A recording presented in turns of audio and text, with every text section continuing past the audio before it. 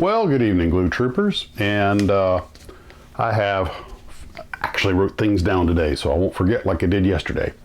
So, you might be wondering why these two videos are dropping so close to each other. And I could give some, well, satellites were linking up in outer space and complex thought, and and I'm a genius that's not really understood, so I do think, but the simple fact is I got distracted this morning after I made it and forgot to upload it. Just that simple. I don't know, maybe my coffee cup was overflowing. Anyway, so, but I did get the coffee video up, and this one will probably drop not long behind it.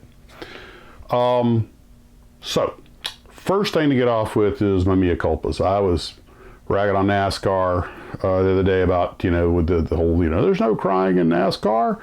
What I didn't realize, because my coworker and I had seen this in a hotel restaurant with the sound muted, and we thought the kid was crying because he'd been in an accident. Turns out, no, that was Ty Gibbs. He's 18 years old. It's Joe Gibbs, the famous football coach, later race car owner, his grandson, and he'd won.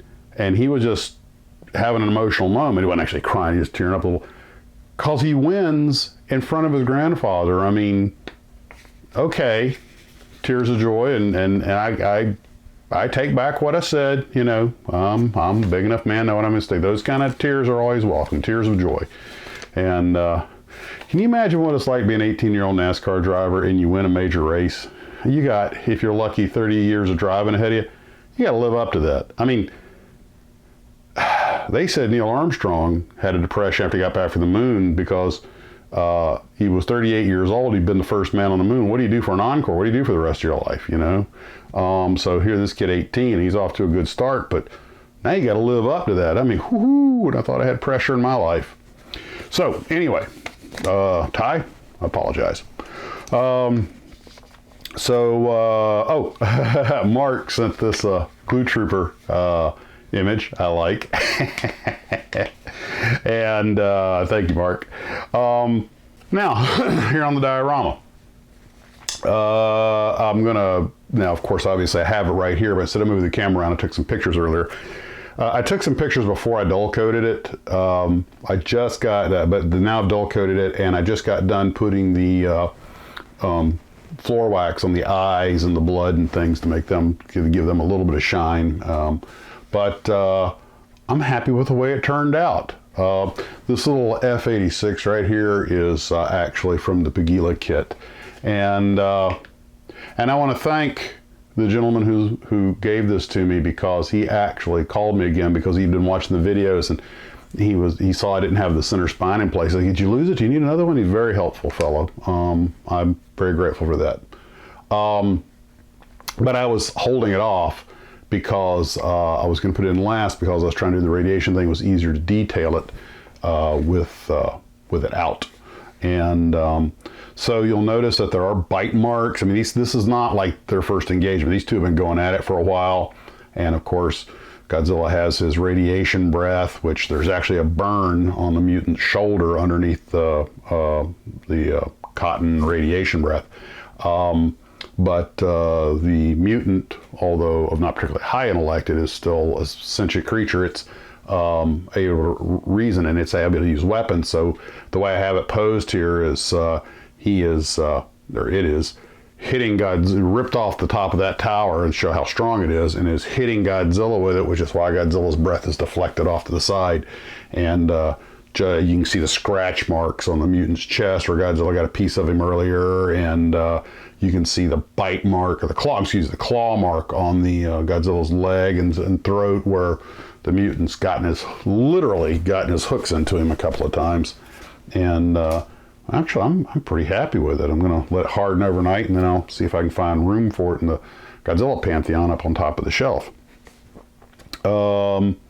So earlier today, you may,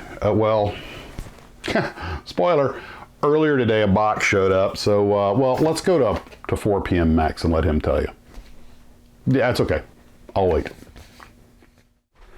Well, hey guys, a box showed up today from Paul B. in Oaklawn, Illinois. My sister used to live in Oaklawn. I've been there many times. Let's see. Well, I already sliced it open before I came out. Oops, there's a note here. Hi Max, I had one out. I had one of those about 50 years ago. It was a cool kit. Bought one for myself and I got one for you. Well, thank you. Hope you like it. I don't recall seeing it in any of your videos. Thanks a lot for all of us for the enjoyment. Paul. Watch out for the cat. Yeah. Let's see what we got. This is the Atlantis. Everything is a go. I was just up at Hurricane Hobbies getting some glue and I saw one of these on the shelf and I was like, yeah, I got too many other projects, but I did want to get one of these because I'm a huge space guy.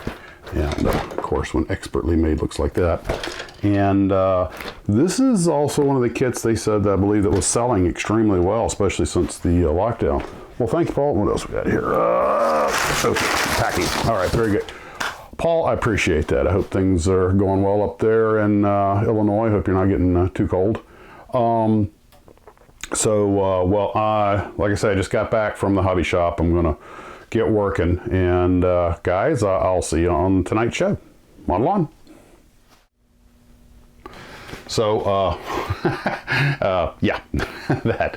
And I had just seen one of these over at the hobby shop when I went to get some glue today, and I managed to only buy glue. I'm so proud of myself. I've been sticking to my diet, and I went to the hobby shop and only got glue. Yay me.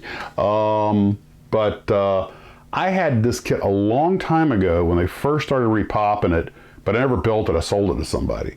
So, and then I was kind of like, man, you know, I love rocket stuff, so I should get one, and ta-da! And thank you, Paul. I appreciate it. Also, I finished the V1 and I finished the road build, the Hayabusa, and it's on the shelf. I'm not putting the pilot in it, but anyway, I like it. It was a neat little kit. LS did a nice job with it. The only thing left on the CRN, of course, is to put the black on the windows, which I may or may not get around to because I think there's a canopy coming to me in the mail, and just too many other things to do. I've got the other V1 laid out because it's like a 5-minute build, so I'll probably do it. But next thing is the Waddell Williams. I got the initial work done on it, and I want to get on that. And as soon as I say that, I realize I'm going to have to go buy some paints for that thing.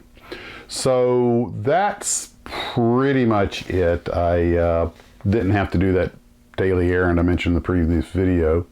And so that means that I can have more time to work. This was where the bulk of the day went. And I also have been looking around at, you know, the kits I have stacked up here. The shed is like, the TARDIS is like midway through being cleaned up. I was going to make some engine tubes today and never got around to it. You guys notice how you had these grandiose plans, but how time just escapes. It just gets away from you. I'm always shocked that I'm out here for hours, and you might get one thing finished and maybe tinker on another, and you're like, you got all these things lined up, and it's like no matter how long you've been building, you still can't seem to come to grips with yourself about how much time you need to do something. Time just literally gets away. You know, my wife will come out, I'll see her come to the door of the house and flag me down. I'm like, what? She's like, lunch. I'm like, what do you mean lunch? I just got, holy crap. And I guess it's a sign you're having fun. You know, they say time flies when you're having fun. So, guys, once again, I want to thank you for a lot of you guys have sent a lot of great information. Yes, that was you all got the Italian prop job jet, right? That was the what do you call it, Caprini. That airplane was sort of one of the first jets, but what makes it different is, I'm sure most of y'all know that a jet, the fan blade up front, the compressor blades turn, compress the fuel and air, burns in the burner cans, and then goes out, hits the power turbine, windmills that, and that shafted to the compressor turbine so that it all turns as one unit. What made the Italian airplane so different was that it actually had a piston engine that turned the compressor section, and the jet exhaust just went out the back. There was no connection between the exhaust and the power turbine and I guess it didn't have a power turbine. And it was an insufficient system. It just But the Russians also had one like that too that they experimented with. But of course, you know, nascent technology, right?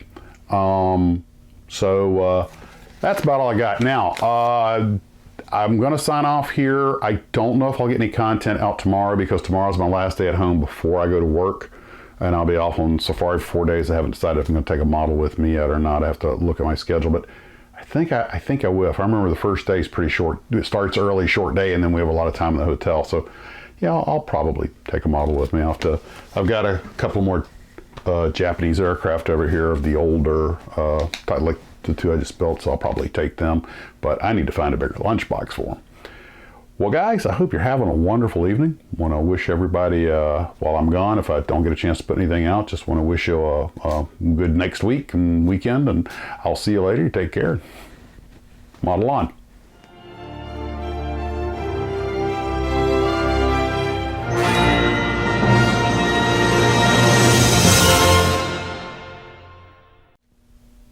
That's pretty cool, isn't it?